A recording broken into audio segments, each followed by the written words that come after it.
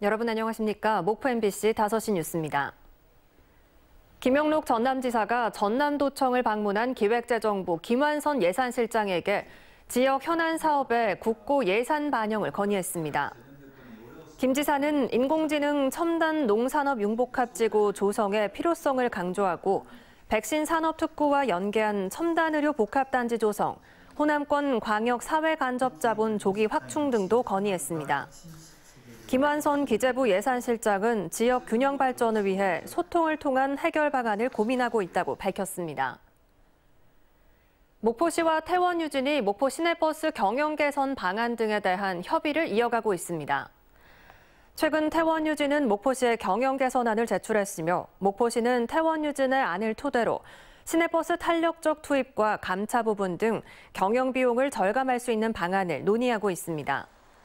목포시는 시민단체 태원유진 경영 개선안 공개 요구에 대해 확정되지 않은 태원유진의 계획이 공개되면서 빚어질 혼란이 우려돼 상호 합의된 내용을 공개하기로 했다고 밝혔습니다. 최근 가뭄과 폭우 등 이상기후가 심해진 가운데 정부가 10년마다 농촌 물관리 계획을 세우고 5년마다 타당성을 검토하도록 하는 농어촌 정비법 개정안이 국회를 통과했습니다.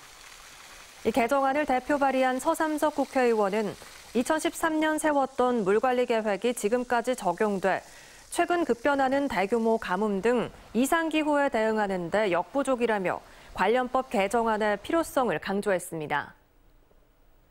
전국 동시조합장 선거가 일주일 앞으로 다가오면서 불법 선거운동이 기승을 부리고 있습니다.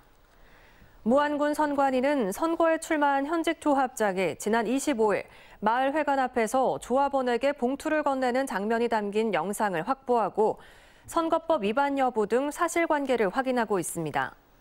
지금까지 전남에서 확인된 조합장 선거 관련 위법 행위는 고발 15건과 수사 의뢰 1건 등 모두 35건에 달합니다. 어제 오전 9시 35분쯤 신안군 지도읍의 한 조선소에서 용접 작업을 하던 베트남 국적의 30대 노동자가 철근에 깔려 병원으로 이송됐지만 숨졌습니다. 경찰은 이 남성이 부품 지지대를 해체하다 사고를 당한 것으로 보고 조선소 관계자 등을 상대로 정확한 사고 원인을 조사하고 있습니다. 해남 미남축제가 차별화된 축제 프로그램과 행사 운영의 안정성 등을 인정받아 4년 연속 대한민국 축제 콘텐츠 대상을 수상했습니다. 해남 미남축제는 지역의 풍부한 농수산물을 이용한 먹거리 축제로 지난 2019년 두륜산 도립공원 일원에서 시작했으며 지난해는 코로나19 이후 3년 만에 대면 행사로 진행됐습니다. 이상으로 목포 MBC 5시 뉴스를 마칩니다. 함께해 주신 여러분 고맙습니다.